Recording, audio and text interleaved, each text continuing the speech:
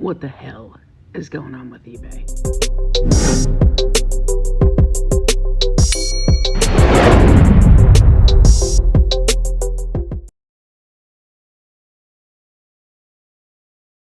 Hey guys, it's Poochie. I'm just on a dinner break working in the studio, and I was going to go do a video about what sold on eBay since things have started selling on eBay again. And check this out.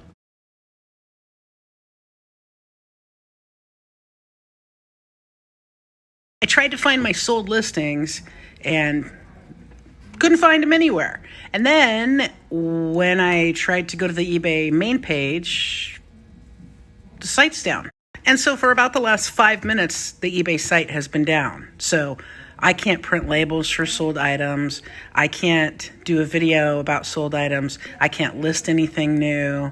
It is ridiculous. eBay is one of the only platforms where you still are required to pay a listing fee in order to list items on the site.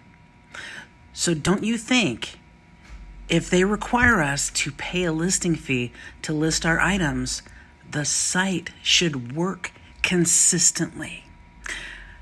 I do. I'm Poochie, and we're keeping it real.